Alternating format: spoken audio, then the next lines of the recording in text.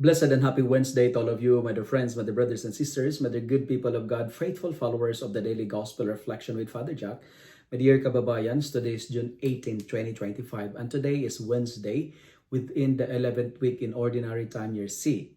Today's Gospel is from the beautiful and the wonderful account of the Gospel of Matthew, chapter 6, verses 1 to 6 and verses 16 to 18. In today's Gospel, Jesus invites us to look inwardly. That is, to examine not just what we do, but why we do it. Why you are doing the things you are doing. Acts of piety like giving, praying, and fasting are beautiful when they flow from a sincere heart. Why are you giving? Why are you practicing fasting? Why are you praying? You know, it's beautiful when we do it with sincerity. But when we done to impress others or to seek recognition, they lost their spiritual power. My dear friends, the first point that I would like to share is this. Our purpose is to please God, not to impress people around us. The Lord sees through every mask we wear. He desires truth in the hidden places of our hearts. What matters most is not how loudly we perform our faith, but how deeply we live it when no one is watching. Remember, we are not entertainers. We are not performers. As a priest, I am reminded today that the altar is not a stage, but it is an altar.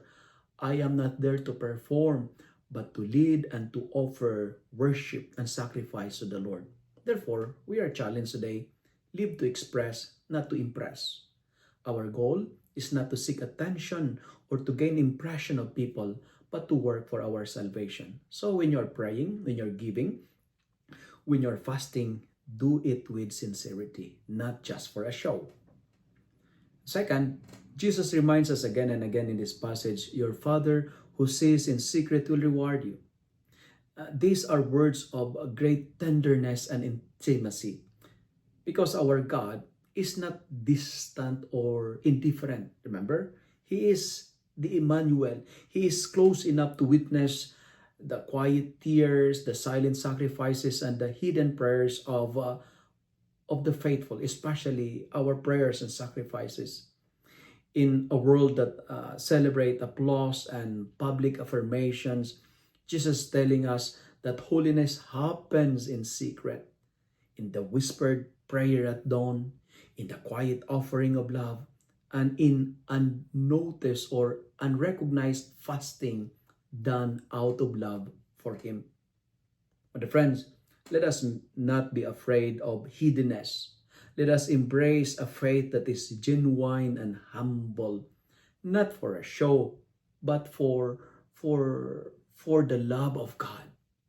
When we give without being seen, when we pray without seeking praise, and when we fast without complaint, we become more like Christ Himself, who emptied Himself in love, even when no one understood.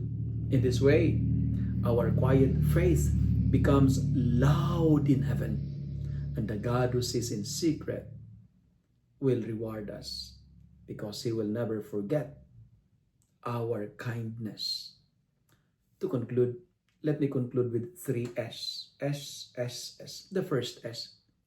When you do good, especially when you're praying, when you're giving, when you're fasting, do it in secret. The second S, our good works are not intended to seek attentions and recognitions and admirations, but the second is, it is geared and reared toward salvation. Work for your salvation, not to gain recognitions and applause.